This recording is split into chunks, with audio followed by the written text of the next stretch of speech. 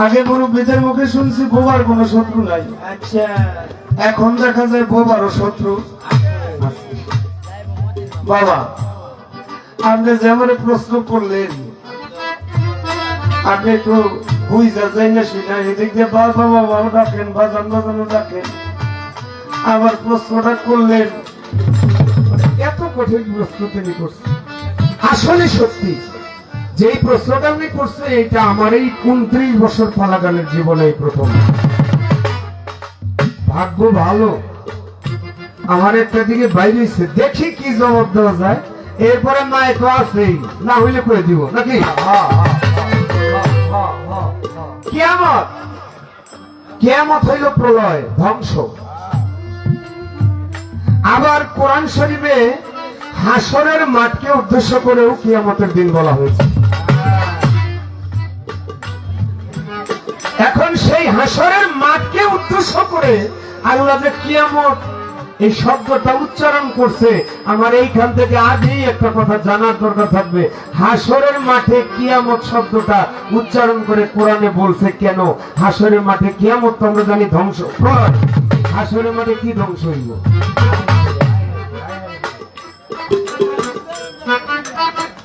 খেলার মাঠে নামলে সারাসারি নাই, এটা আম্মা আপনি শিখাইলেন। চাইলে আপনার চাইলে মায়া করে লাভ আছে কোনো? একটা তোর গান গাইলে তারপরে দেখা যাক কোন দিকে যাবে।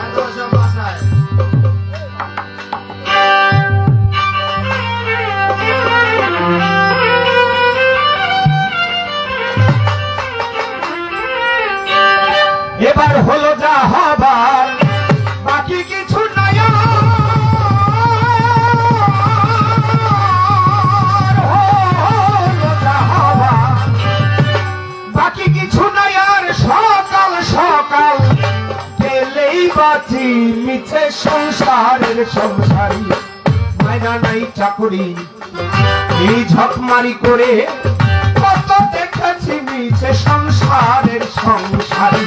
মায়না নাই চাকরি, এই ঝকমারি করে কত দেখেছি মিছে সংসারের সংসারী।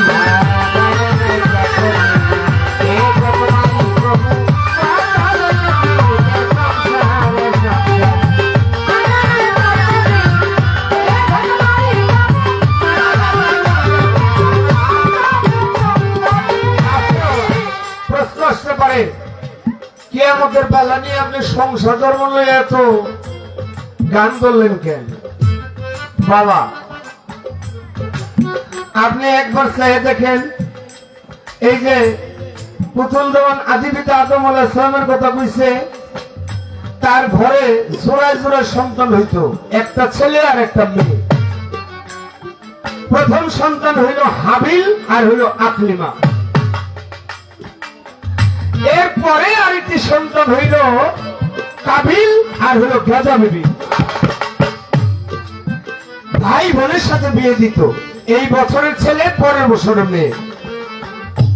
আদি পিতা আদম আলাইহিস সালাম হাবিলের সাথে আকলিমার সাথে বিয়ে দেওয়ার প্রস্তাব দিল। কাবিল হইল একটু কালো ছিল, দেখতে একটু নগণ্য টাইপের।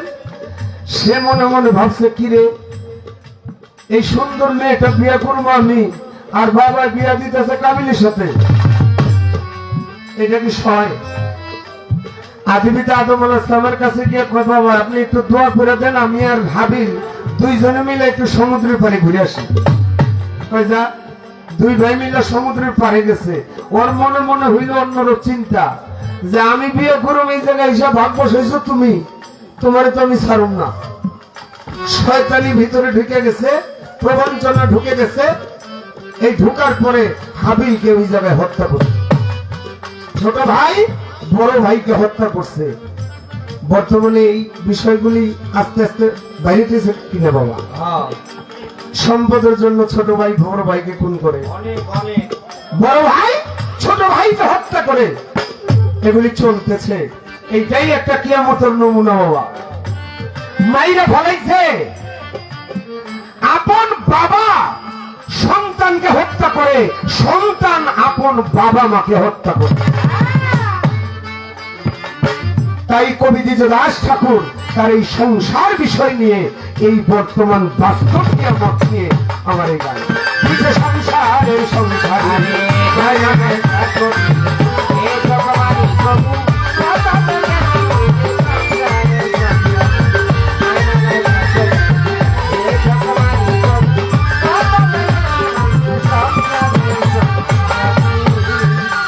আমি ভেবেছিলাম ভাইয়ের বল বড় বাহুবল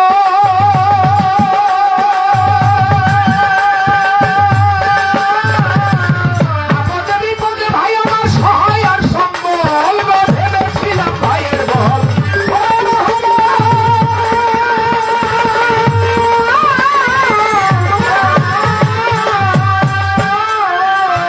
আপদে বিপদে ভাই আমার সহায় আর সম্বল এখন ভাইয়ে কয় দাদা ভাগ করে দেওয়া ভাগ ভাইয়ে কয় দাদা আমার ভাইয়ে কয় দাদা ভাগ করে দেওয়া ভাতে দে শুনে গাধা আমি হয়েছি নিচে সংসারে সংসারে মায়া নেশা করি এ জগমানি প্রভু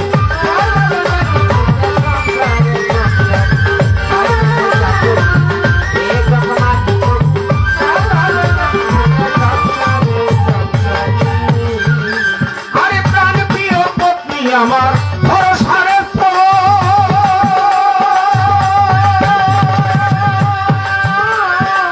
শেষকালে ভাবছি জানি ওই আমি সম্ভব কেন আরে প্রাণ প্রিয় পত্নী আমার ভরসার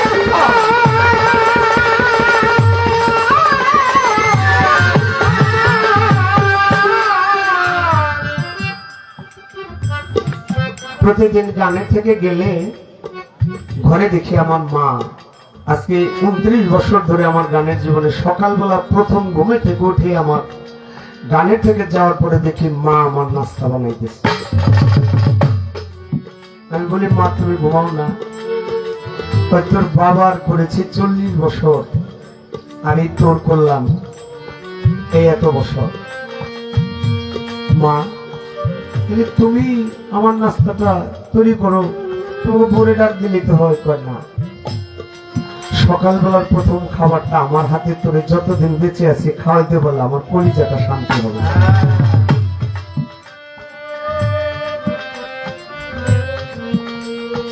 এই শাশুড়িকে মায়েরা, আমাদের এই গানটা হলো একটি বাস্তব ধর্ম গান। এই গানে অনেক কিছু শিখতে হয়, আমি নিজে শিখতে পারি নাই ভালো, কিন্তু এই গানে এমন একটি দর্শন হয় যে দর্শনে অনেক কিছু শিখা জানা বোঝা যায়। অন্যের ঘর থেকে একটা মেয়ে আমি বিয়ে করে নিয়ে আসলাম, আমার যে মা তাকে যদি সেই বউ আপন মা হিসেবে মেনে না নিতে পারে তাহলে এই সংসার সুখের হয় না। আর যেই ঘরে আসলো শাশুড়ি ওই পুত্রবধূকে যতক্ষণ পর্যন্ত নিজের মেয়ের মতো না জানবে ততক্ষণ পর্যন্ত এই সংসারও আলোকিত হবে। তাহলে উভয়ের সাথে একটা অঙ্গাঙ্গি জড়িত, কিন্তু এই জড়িতটা যদি না হয়, আমি যদি ঘরে বউ রেখে অন্যদিকে তাকাই, এই চোখের সাজা হবে একবার ভেবেছো কি তাই? হারুত মারুত দুই ফেরেশতা আমার আল্লাহর কাছে বলতেছে ডাকিয়া, এত সুন্দর দুনিয়া বানাইলাই আল্লাহ, যাইব দুনিয়ায় চলিয়া, একটু শক্তি দাও রে আল্লাহ তোমারে জানাই, এই দুনিয়া সুন্দর ভাবে আমরা দেখতে চাই।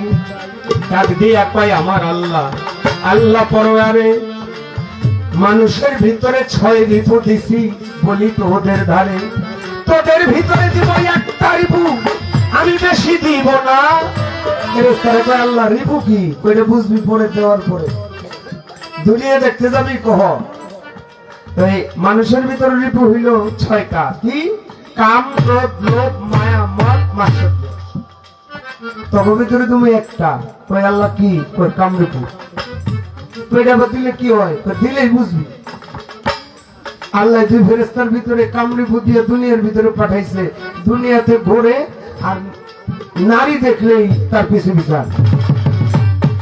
জোহরা বিবি এক নারী, ডাক দিয়ে কয় কিরে তোরা আমার পিছু পিছু ঘুরোস কেন? কয় তোমার দেখলে আমাদের ভালো লাগে, তোমার সাথে আমরা প্রেম করতে চাই।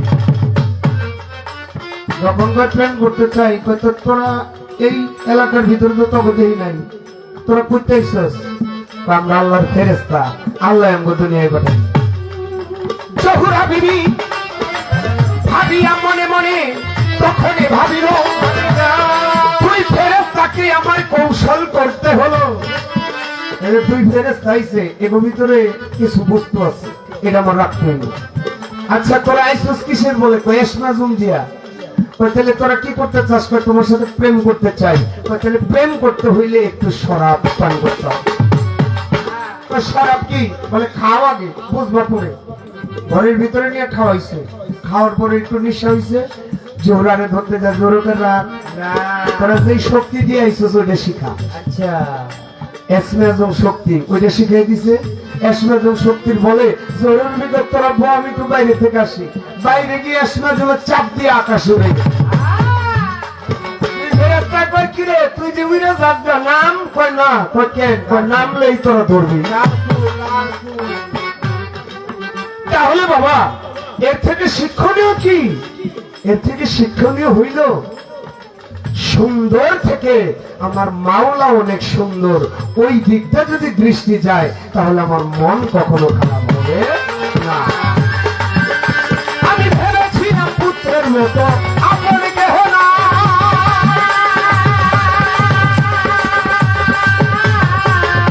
মনে করে আমি খাওয়াই আর করাই, ভেবেছিলাম পুত্রের মতো আপন কেহ নাই।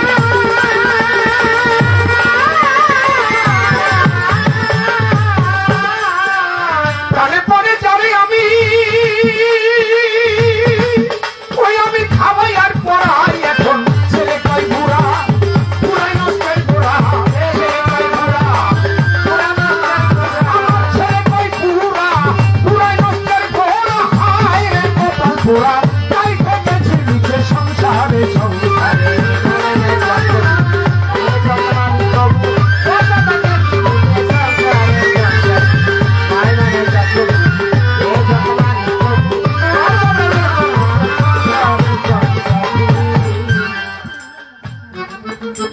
বয়সের ভারে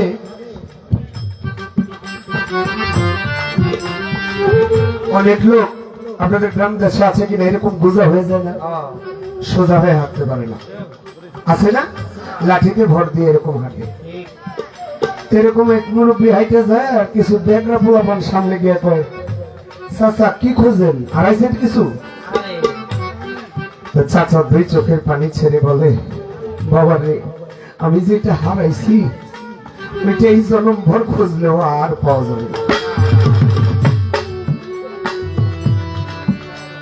বাবা ভেবেছিলাম ছেলের মতো আপন কেহ নাই, প্রাণপণে যারে আমি খাওয়াই আর পড়াই, এখন ছেলে কয় বুড়া, বুড়াই নষ্টের বুড়া।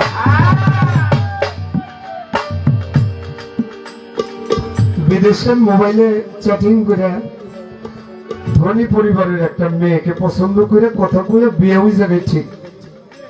বাংলাদেশে আসার সময় কথা কইছে এয়ারপোর্টে আইও দুইজনে মিলে বাড়িতে যাবো। আচ্ছা আচ্ছা গাড়িতে উঠাইয়া ছেলে বউলে বাড়িতে গেছে।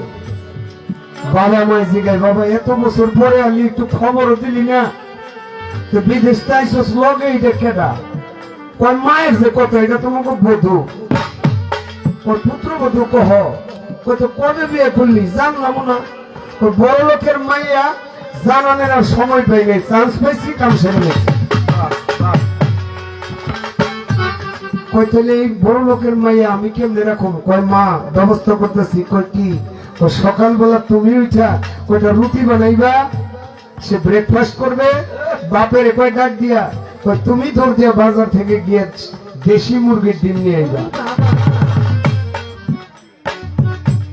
বুড়ার বুড়ি ঘরের কোনায় গিয়ে মাথার সাথে মাথা মিশাইয়া অঝরে দুই চোখের পানি ফেলে বলে এই সন্তানটাই কি আমরা এত কষ্ট করে মাথার ঘাম পায়ে ফেলাইয়া তারপরে বড় করে জায়গা জমিন যা ছিল সব বিক্রি করে বিদেশে পাঠাইছিলাম, এটাই আমাদের পাওনা ছিল।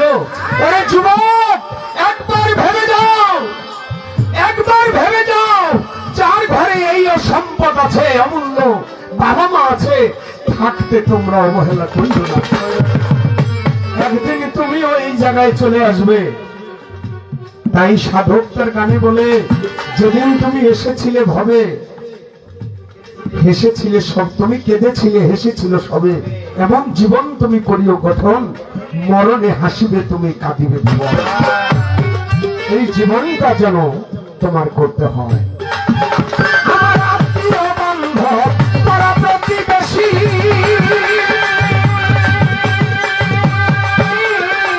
সকলের কাছে যেন আমি একটু বেশি, ওই আত্মীয় বান্ধব পাড়া প্রতিবেশী,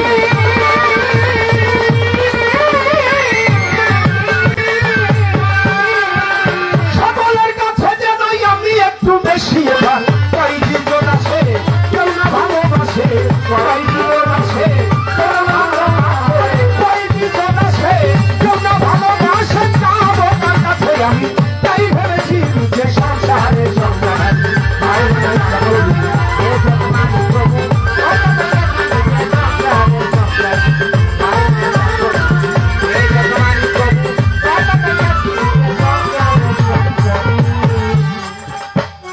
প্রশ্ন করে আমার কাছে, আমি কথা ভুলি নাই, আরে ধীরে ধীরে তাহার কথা জবাব দিতে চাই আমি। কি এমন একটা প্রাণী পাথরের ভিতর থেকে জন্ম নিল, সৃষ্টি হইল, এই প্রাণীটা আসলো, মা বাবার প্রয়োজন হইল না। এটা কোন প্রাণী বাবা? এই প্রাণীটা হইল একটা উটনি। কোরআন শরীফে এর বর্ণনা আছে, সেই বর্ণনা কয়েকটা সূরার ভিতরে আছে। সূরা সূরা, সূরা হুদ, এরকম আরো কয়েকটি সূরার ভিতরে। এটার প্রমাণ আপনারা জানেন, একজন পয়গম্বর ছিল, সালেহ পয়গম্বর। এই সালেহ পয়গম্বর, তার একটা কম ছিল, সেই কমটার নাম হলো সামুদ জাতি। এই সামুদ জাতি ডাক দিয়া ওই সালেহ পয়গম্বরকে কয়, তুমি যে আল্লাহর নবী, বিশ্বাস করলাম যে নিশ্চয়, তবে আমরা মইরা যাবো, আল্লাহ নামে একজন আছে, এটা আমরা বিশ্বাস করি না। নাউজুবিল্লাহ। যখন ওই সামুদ জাতি এই কথা বলছে, আল্লাহ বলে ওদের উপরে গজব নাজিল হবে, অবশ্যই অবশ্যই হবে। আল্লাহ কাছে গিয়ে সালেহ পয়গম্বর ফরিয়াদ করলো, আল্লাহ কি করতে পারি? আল্লাহ বলল, হে সালেহ, তুমি তাকায় দেখো, তোমার সামনে একটা বড় পাথর আছে। বলে হ্যাঁ, মানে পাথরটাকে গিয়ে একটু স্পর্শ করো। স্পর্শ করছে, সাথে সাথে পাথর ফেটে একটা উটের মতো প্রাণী, নাম তার উটনি, বের হয়ে গেল। একবার সুবহানাল্লাহ বলবেন না? আমার আল্লাহ পারেন এমন কোন কাজ আছে? একটা পাথরের ভিতর থেকে একটা উটনি বের করেছে। কোরআন শরীফে দলিলের ভিতরে সেই উটনিটার নাম এসেছে নাকাতুল্লাহ। এই উটনিটা বের হওয়ার পরে ওই সামুদ জাতি তারা নির্বাচন করলো কি, আই উটনিটারে সবাই মিলে মেরে ফেলেছে। উটনিটারে সবাই মিলে মেরে ফেলেছে। আল্লাহ কয়, আমি একটা আমার কুদরতের জোরে একটা প্রাণী দিলাম, সেই প্রাণীটারে তোরা মারলি। হে সালেহ, তুমি তোমার কমকে বলো তারা যেন আমার কাছে ক্ষমা চায়, তারা যেন আমার কাছে তওবা করে। সালেহ পয়গম্বর বলল, তোমরা তাড়াতাড়ি আল্লাহর কাছে ক্ষমা চাও, তওবা করো। ওই সামুদ জাতি বলে, না, আমরা তওবা করব না। আল্লাহ বলে, হে সালেহ, তুমি বলে দাও, তাদের আমি 3 দিন সময় দিলাম। এই 3 দিনের ভিতরে যদি তারা ক্ষমা না চায়, তারা ধ্বংস হয়ে যাবে। প্রথম দিনে গেল, চেহারা গেল হলুদ হইয়া, এই চেহারাটা হলুদ হয়ে গেছে। প্রথম দিনে ক্ষমা চাইল না। দ্বিতীয় দিন আসছে, দ্বিতীয় দিন দেখে এই চেহারাটা লাল বর্ণ হয়ে গেছে। তৃতীয় দিন আল্লাহ বলছে, এখনো সময় আছে, বলো তাদের ক্ষমা চাইতে। তৃতীয় দিন দেখে চেহারাটা কালো হয়ে গেছে। আল্লাহ এমন ধ্বংস ওই দেশের ভিতরে চালাইল, ধ্বংসটা একেবারে ধ্বংস হয়ে গেল। তাই আমার আল্লাহর সাথে কখনো পাল্লা চলে না। আমার আল্লাহ আছে, আল্লাহ এক, আল্লাহ অদ্বিতীয়, তিনি যা খুশি তাই করতে পারে। আল্লাহর শুকরিয়া যেন আমরা সবাই আদায় করতে পারি। সংসারে সংসারে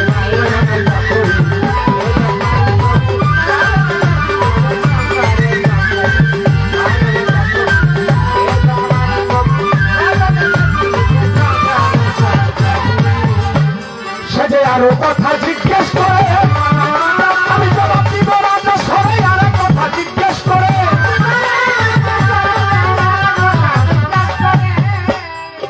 আরো একটা প্রাণী আসবে দুনিয়ার ভিতরে,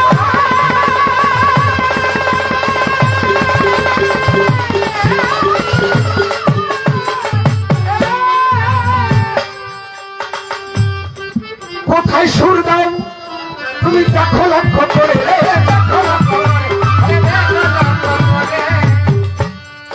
তুমি একটা ভালো পোলা, তুমি একটা ভালো পোলা। আরেকটা প্রাণী, সেটার নাম হলো হাদিসে আসছে দাব্বাতুল আরদ। আপনার নাম শুনেছেন দাব্বাতুল আরদ। এই একটা প্রাণী একটা পাহাড়ের গুহা থেকে বের হবে। এইটা এসে মানুষ ধরবো আর খবর খবর ধরে মারবো, কেন যখন যেটা মন চায় তারে সেটাই করবো। দেখেন, এই জন্য আমি বলছি আপনারা সবাই বেশি বেশি শুকরিয়া করবেন। মুসা নবী প্রতিদিন তুর পাহাড়ে যায়, আল্লাহর কাছে কথা বলে।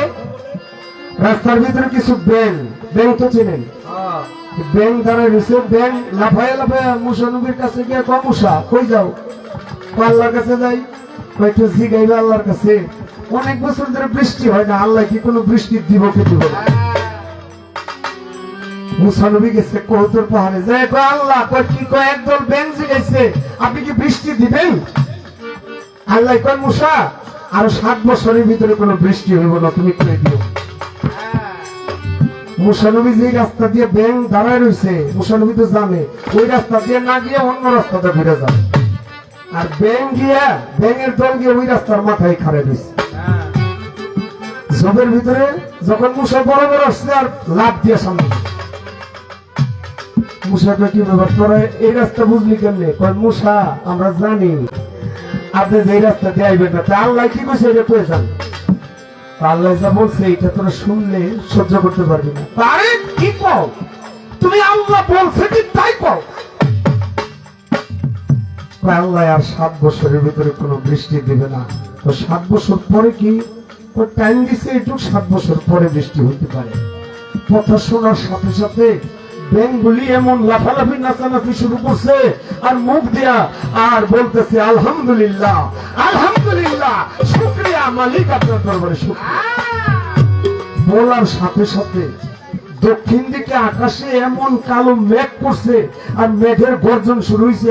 মুসাছে এটাকে সর্বনাশ, কিন্তু মেঘ করছে বৃষ্টি নামবো মনে হয়, দৌড় দিয়া বাড়ির দিকে রওনা দিছে। বাড়ি পর্যন্ত উঠতে পারে না, এর ভিতরে বৃষ্টি নাই, মুসা একবারে ভিজা। বৃষ্টি থেমে গেল, মুসা গেল রাগ হইয়া। আল্লাহ কি বলেছিল কি করলো আল্লাহ বুঝলাম না, দুনিয়ায় থাকিয়া আমি চলে যাবো আল্লাহর ধারে, আমি কষ্ট করবো নজর করে চলে যাবো আল্লাহর ধারে।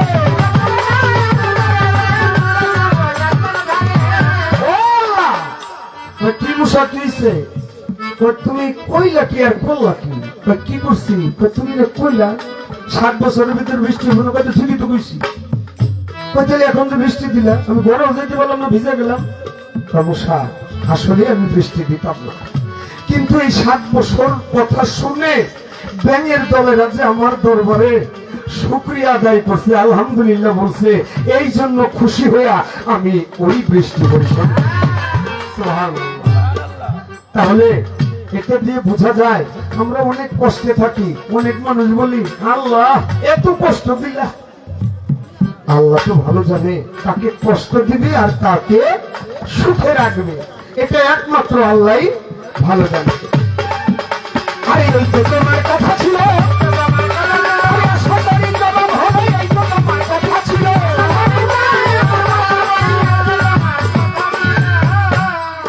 একটা প্রশ্ন করে গেছি আর তো করবো না। দেখি আমার আম্মা জানে করে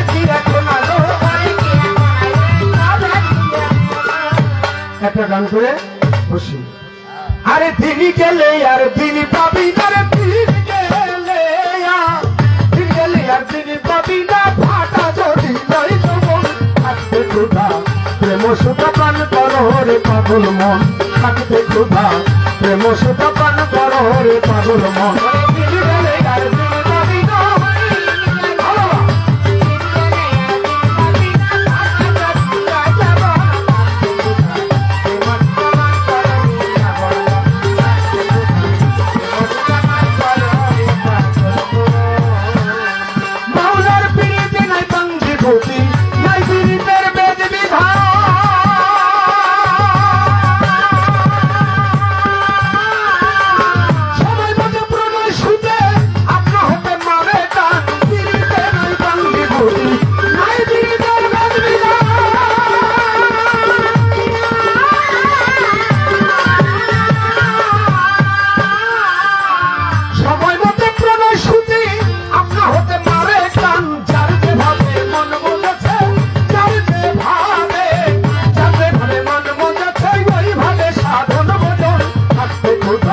প্রেম সুতা পান করো রে পাগল মন, থাকতে ক্ষুধা প্রেম সুতা পান করো রে পাগল মন।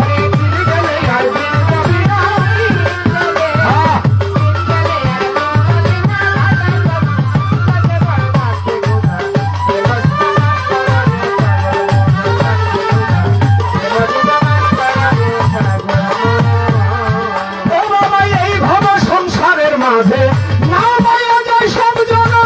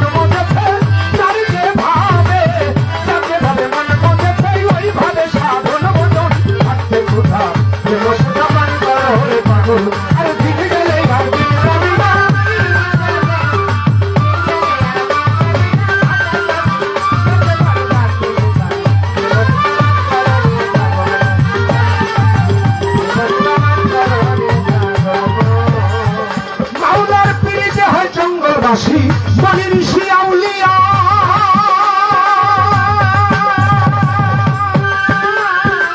সারা জীবন কাটাই তার জঙ্গলেতে বসিয়া, তিনি হয় জঙ্গলবাসী বাণীর ঋষি আউলিয়া।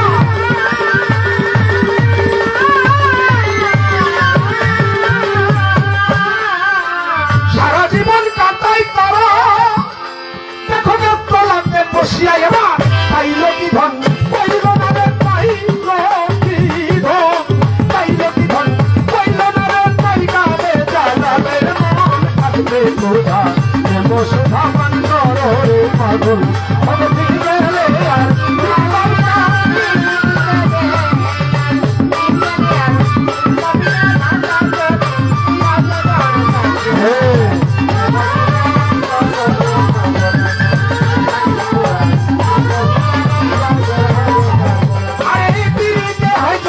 বাসী বাণীর ঋষি আউলিয়া,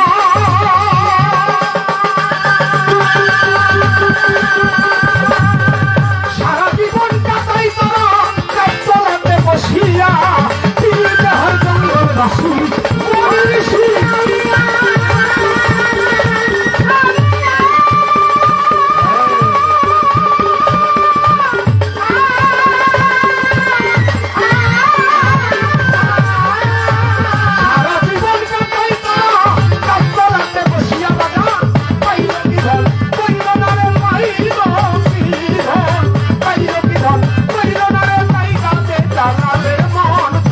ক্ষুধা প্রেম সুধা পান করো রে পাগল মন, থাকতে ক্ষুধা প্রেম সুধা পান করো রে পাগল মন, থাকতে ক্ষুধা প্রেম সুধা পান করো রে পাগল।